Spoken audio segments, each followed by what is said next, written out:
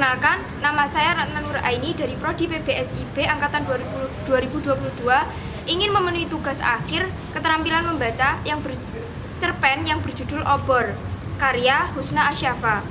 Obor, keadaan di sekitar masih remang-remang saat lelaki Parubaya terbangun dengan mata yang masih menahan kantuk. Kakinya melangkah perlahan menuju balkon. Bau tanah yang bersatu dengan sisa-sisa hujan semalam menyeruak dengan khasnya. Lelaki Parubaya itu terbangun ketika mendengarkan suara takbir dari arah jalan. Aneh, ini bukanlah bulan lebaran. Barangkali hanya orang iseng mengganggu tidurku saja. Setelah bergumam, ia hendak melangkah kembali ke kamar. Namun, urung ketika mendengarkan suara takbir kembali. Bukankah ini belum bulan lebaran? Kenapa ada saja yang hobi mengganggu orang lain dengan suara-suara itu? Berisik sekali. Lelaki itu bergegas kembali mengamati jalan. Lengang, matanya tajam menyelidik. Sejenak kemudian, dari ujung jalan terlihat nyala obor menembus keremangan. Lelaki Parubaya itu bernama Pak Santoso. Dia memang terlahir di desa itu. Desa yang masih terhitung tertinggal, terapit oleh Selat Malaka. Namun ia besar di perantauan dan baru kembali setelah usianya kepala 5 dengan istri dan anak-anaknya. Pak Santoso kemudian bergegas menuruni anak tangga demi melihat dari dekat siapakah yang membawa obor itu dari ujung jalan sana. Pembawa obor dari ujung jalan sana semakin mendekat. Langkahnya pelan namun pasti menyusuri lorong-lorong waktu yang mungkin tidak akan kembali. Pak Santoso masih berdiri di depan gerbang rumahnya, menanti dengan beribu tandanya.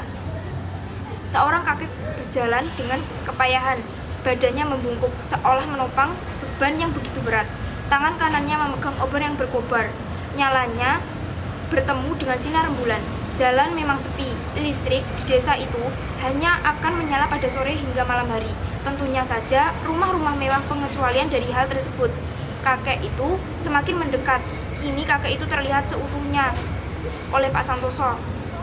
Jalannya yang membungkuk, rambutnya yang berubah telah mengabarkan seberapa lelah dan payah jalan yang ia lalui. Tunggu kakek, sergah Pak Santoso ketika kakek itu melewatinya begitu saja.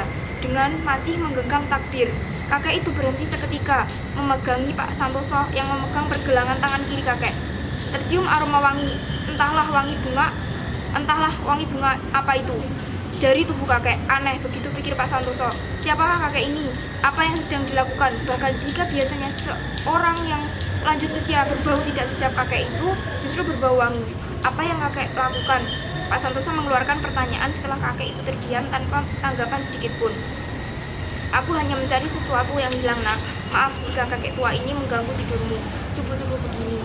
Jawaban yang halus, namun penuh dengan sindiran terlontar bersama dengan wajah lugu kakek. Pak Santoso tampak bingung, otaknya mencari-cari makna ungkapan kakek. Tampaknya lelaki Parubaya itu sudah terlampau menyatu dengan hiruk-pikuk ibu kota, membuatnya lupa akan waktu subuh dan juga bintang-bintang berjatuhan pada dini hari sebagaimana masa kecilnya di desa ini. Apa yang kakek cari?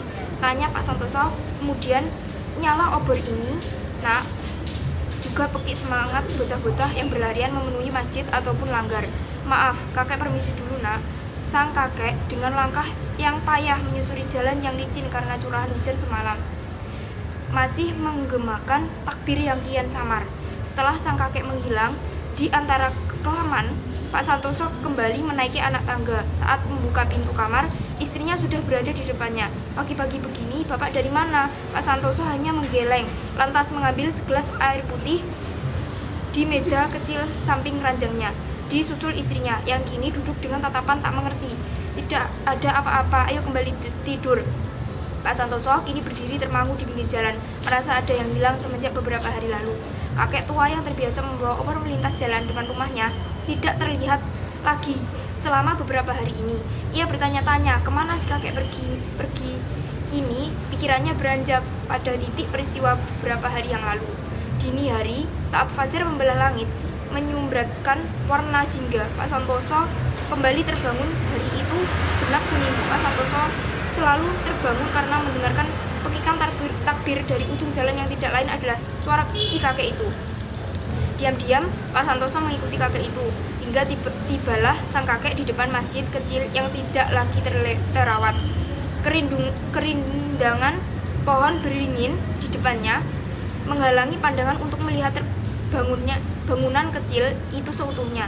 Daun dan ranting yang berjatuhan menjelma lantai alam pada retakan-retakan tegel terasnya. Sejenak si kakek menaruh obornya pada papan di teras itu. Lantas si kakek mulai mengambil sapu, membersihkan ranting dan dedaunan yang berserakan. Setiap kali membersihkan, si kakek selalu menyebut asma Allah. Pak Santoso semakin penasaran, hatinya bertanya-tanya apa gerangan yang akan dilakukan si kakek.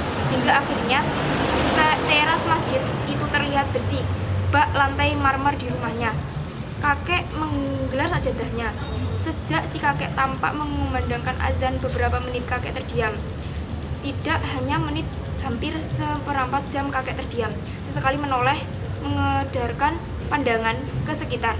Sepi lengang, hanya terdengar sayup-sayup angin yang membelai lembut mempertemukan satu ranting dengan ranting lainnya. Pak Santoso masih bersembunyi, namun ia semakin mendekat agar lebih dapat menangkap apa gerangan yang dilakukan kakek itu. Sukaryo, siapa yang sedang kamu tunggu? Bukankah bocah-bocah yang dulu sudah menghilang? Keterangan dunia telah menggelapkan mata mereka. Mereka tidak akan datang lagi. Kakek itu tampak berkata pada dirinya sendiri, apa perlu yang menetes di kedua pipinya yang tinggal kerangka itu? Mungkin umur telah merampas keserangan tubuhnya. Waktu telah mencuri ketampanannya semasa muda. Di tempat persembunyiannya, Pak Santoso tersentak dengan kata-kata yang dilontarkan si kakek. Ingatannya melayang pada masa silam, masa kecilnya. Ia hampir lupa saat kecil ia selalu berlarian dengan semangat yang menyala, sebagaimana nyala obor di tangannya. Setiap sore dan pagi, ia dan kawan-kawannya akan beramai-ramai datang ke masjid kecil ini. Sukaryo, itulah ternyata nama sang kakek. Kakek itu masih larut dalam peraduannya ketika mentari menyingsing mata tampak sebab bibirnya masih samar-samar melanturkan zikir. Itulah terakhir kali Pak Santoso melihat si kakek. Lantas bagai tertelan bumi, si kakek itu tak lagi muncul hingga kini. Tanpa disadari, Pak Santoso sesenggukan matanya kini sebab di antara keremangan cahaya, bayangan kakek tua dengan obornya muncul kembali lalu bergantian dengan rombongan bocah-bocah dengan obor di tangannya.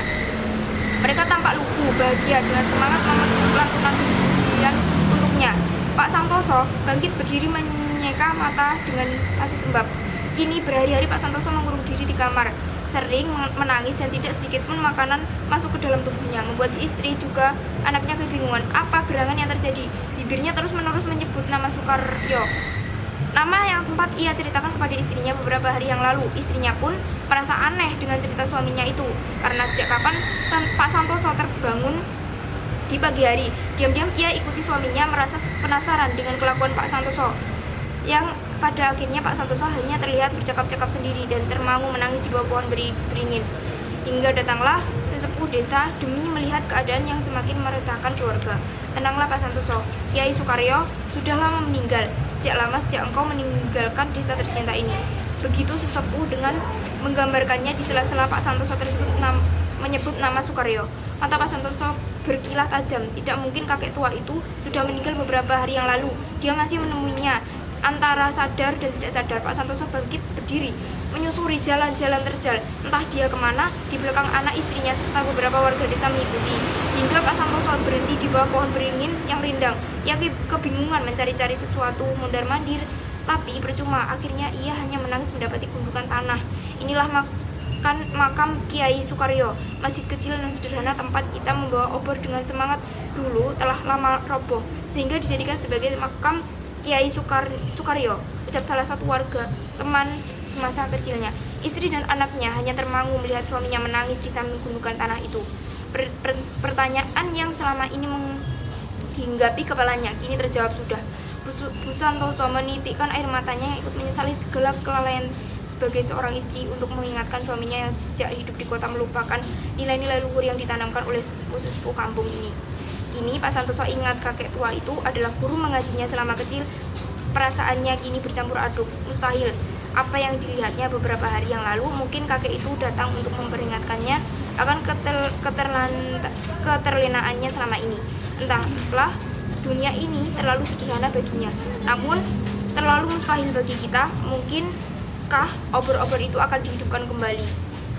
Sekian pembacaan cerpen dari saya. Apabila ada kurangnya, saya mohon maaf yang sebesar-besarnya. Terima kasih. Wassalamualaikum warahmatullahi wabarakatuh.